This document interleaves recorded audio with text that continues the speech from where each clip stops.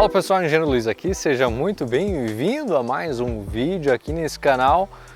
A casa de Quilombo está quase pronta, tem mais alguns detalhes, mas enfim, nesse vídeo eu quero te mostrar como que está ficando a casa Quilombo.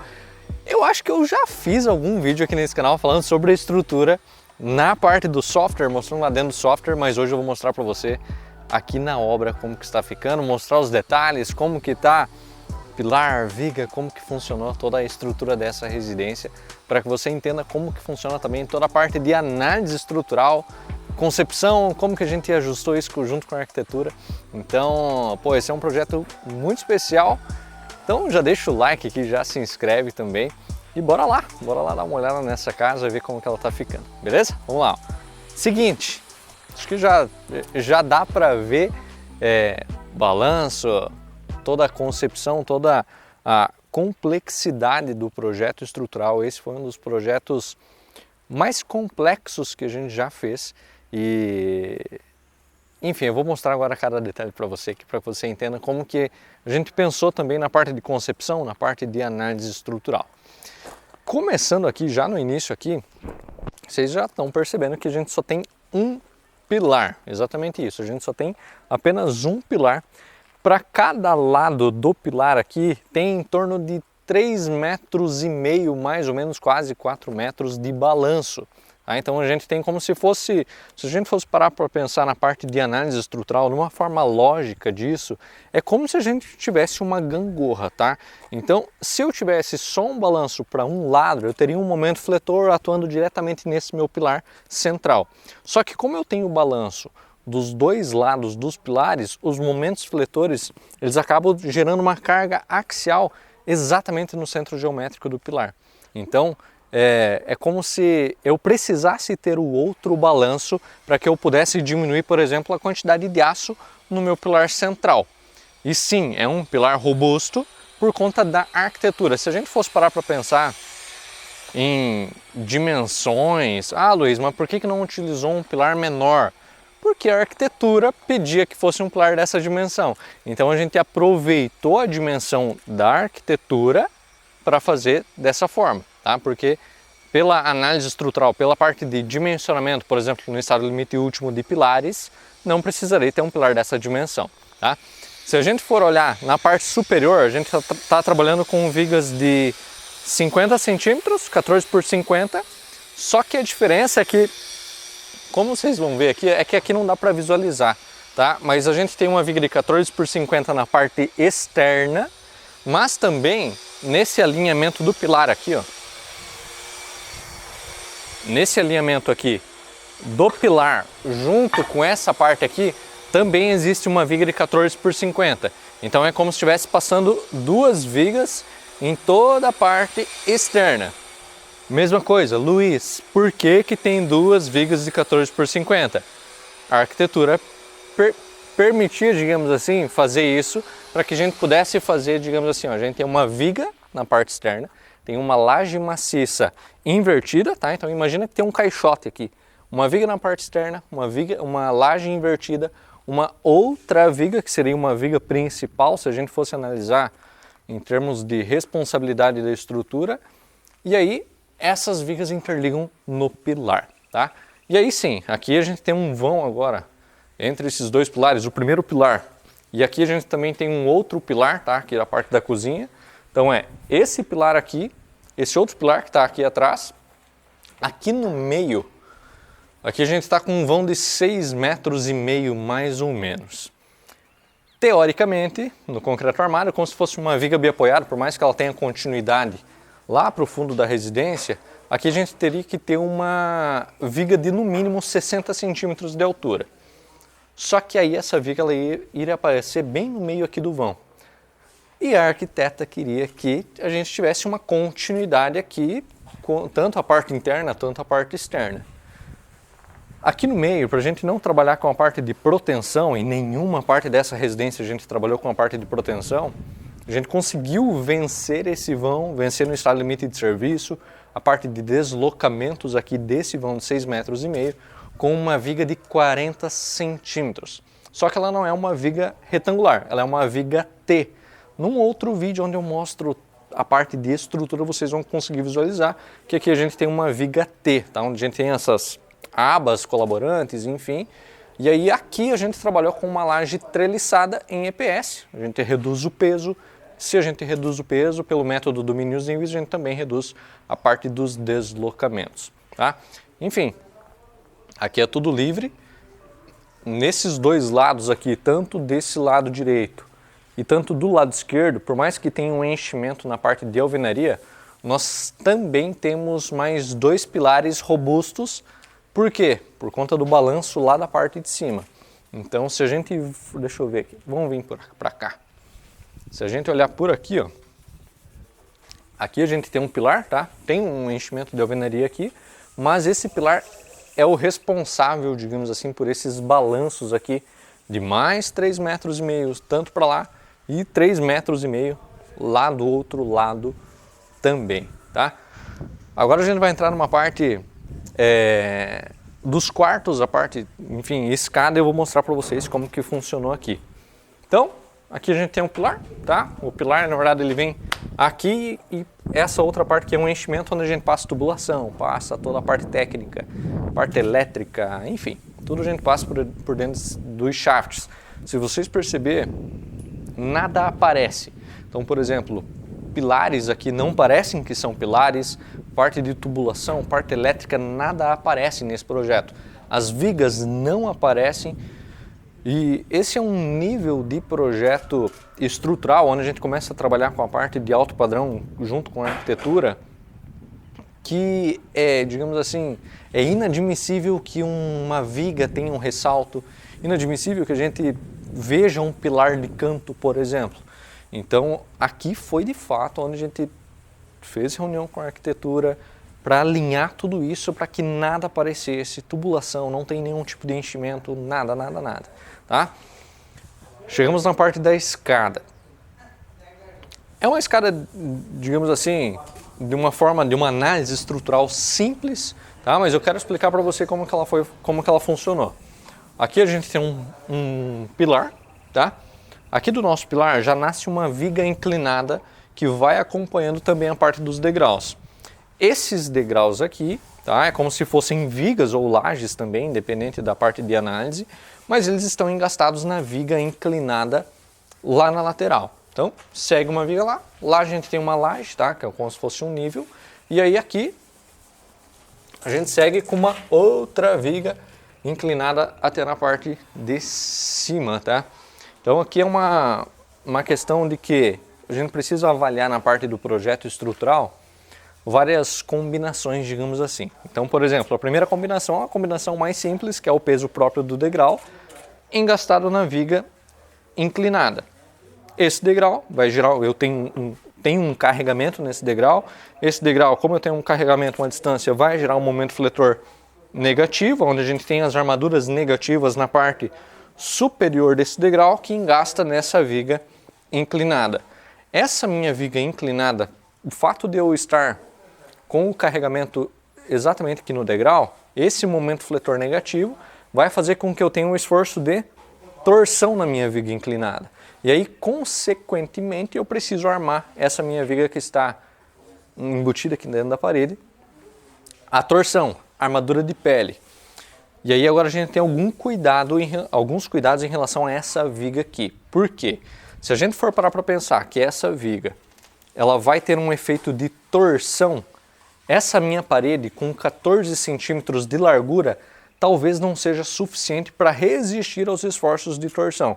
Então, essa parede aqui, geralmente de 18, 19 centímetros, para que eu não tenha uma armadura de pele muito robusta nessa minha viga inclinada. Então, é um dos princípios mais básicos assim da parte de escadas com degraus em balanço, é a parte da armadura negativa, tá, dos degraus, onde a gente precisa avaliar essa combinação. Por exemplo, tem uma pessoa subindo a escada, tem uma pessoa subindo, uma pessoa descendo, então eu já tenho duas pessoas na escada. Então essa combinação de cargas para que a gente possa fazer o dimensionamento e encontrar as armaduras que vão engastar nessa viga inclinada, ela é muito importante, tá? Agora vamos subir? Então, bora subir lá.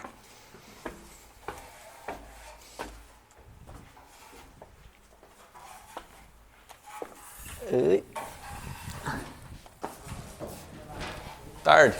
Vamos gravar aqui para cima.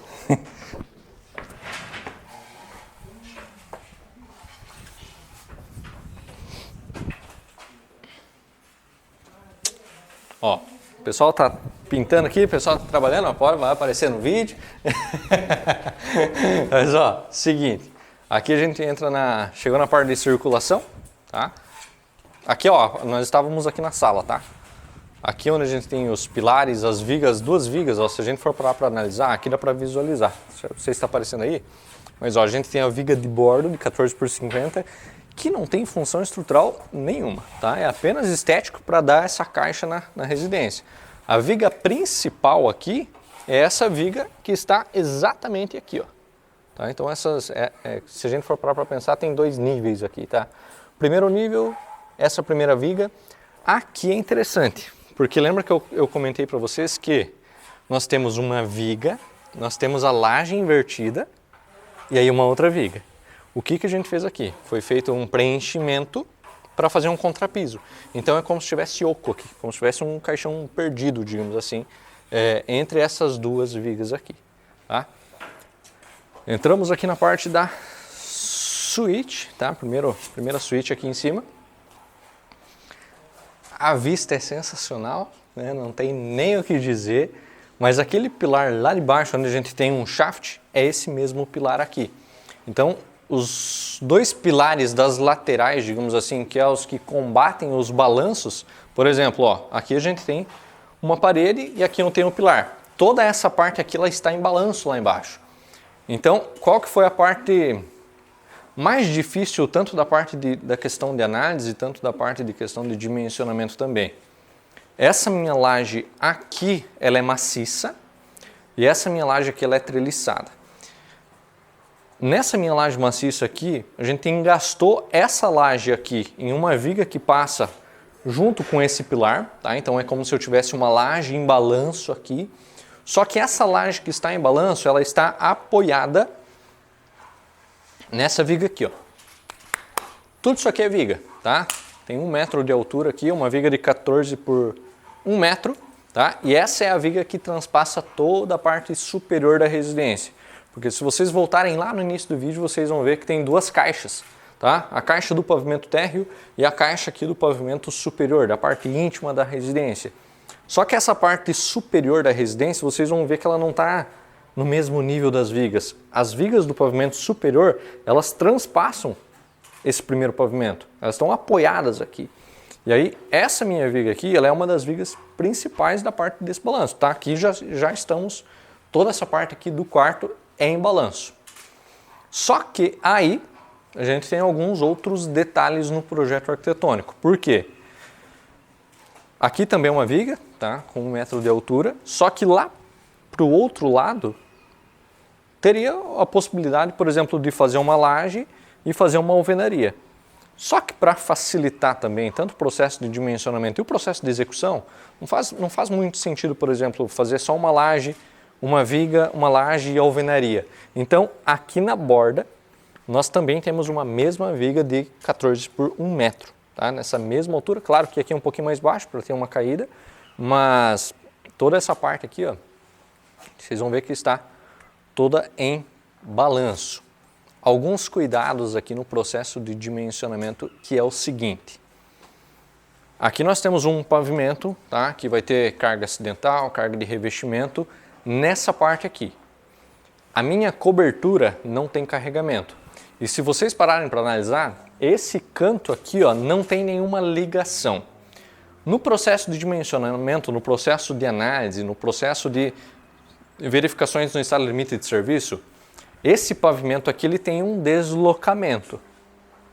Esse deslocamento, muitas vezes, é maior do que o pavimento superior.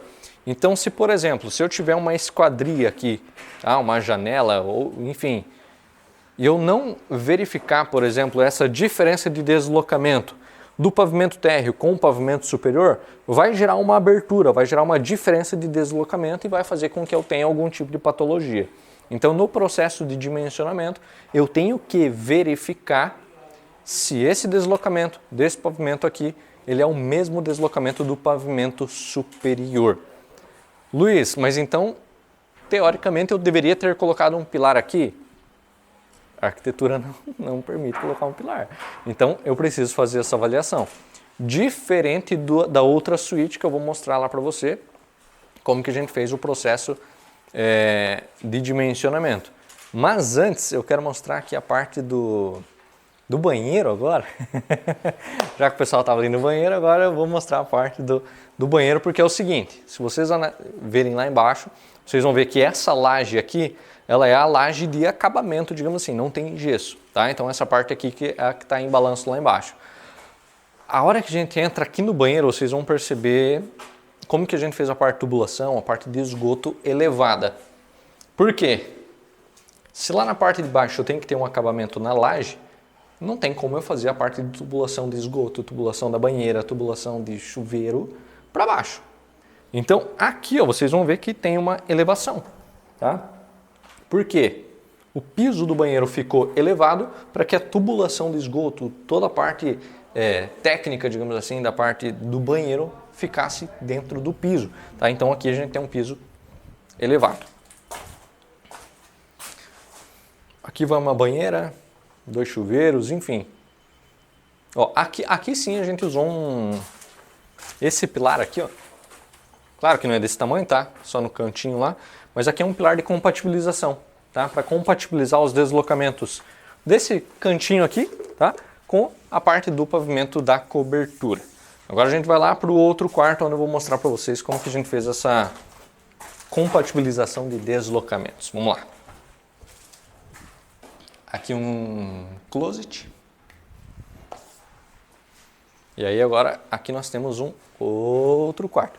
Ó, as duas vigas que eu falei para vocês que passam, ela passa tanto aqui e tanto aqui do outro lado, tá? São duas vigas e aí aqui a gente só fez um contrapiso como se fosse uma lajezinha, tá? Então dentro disso aqui é tudo oco. E aí aqui chegamos então no outro quarto. Nesse outro quarto aqui a gente teve um problema na parte de dimensionamento, que é o seguinte, aqui nós já estamos no balanço, tá? Aqui para baixo de nós é tudo em balanço, aqui nós temos as vigas, tá? Que estão em balanço aqui também. Então aqui, se vocês analisarem lá pelo outro vídeo onde eu mostrei para vocês o momento fletor, aqui a gente tem um momento fletor negativo gigantesco, tá? Aí toda essa parte que fica em balanço. E aqui nós estávamos com um problema que era o seguinte. Esse meu balanço aqui já não era mais um problema na parte de dimensionamento, na parte no escala limite de serviço. Mas, como daqui lá a gente tem um vão de mais ou menos 6 metros desse quarto aqui, não lembro se é 6 metros ou 5 metros. Mas enfim, isso. Até no final tem 8 metros. 8 metros, tá. Então aqui tinha coisa pra caramba. Nós precisamos... Isso, aqui né, 3,60 balanço por 8 metros aqui. Esse 8 metros a gente tinha duas opções. A primeira opção é trabalhar com uma viga de 80 aqui. Uma viga de 80 até lá do outro lado. Só que a partir do momento que eu trabalhava com uma viga de 80 aqui, essa minha viga aqui ela é uma sobrecarga. Essa minha viga ela está biapoiada em balanços. Se eu aumento a sobrecarga de uma viga de 80 centímetros nos balanços, eu já não passava mais no estado limite de serviço os balanços. Agora, se eu diminuísse as vigas aqui, nesse meu vão de 8 metros, eu não passava no estado limite de serviço no meu vão de 8 metros. E aí, depois que a gente começou a analisar a parte de concepção, a parte de análise, estado limite de serviço, sem aumentar a FCK, sem trabalhar com contraflechas, a gente trabalhou com um pilar exatamente aqui no meio.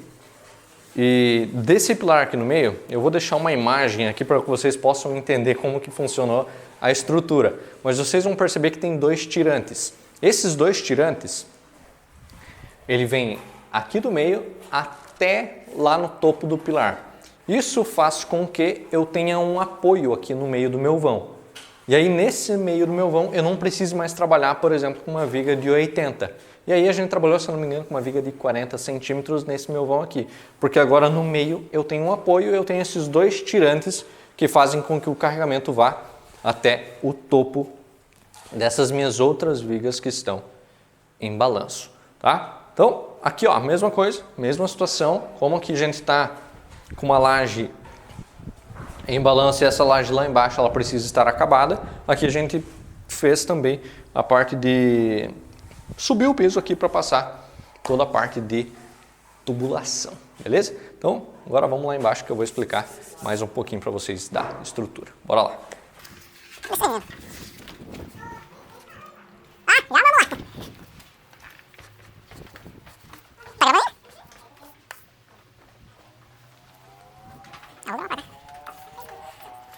Se explicar meu, não vou dar.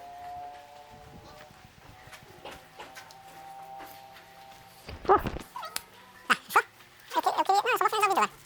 Só que eu queria mostrar, ó.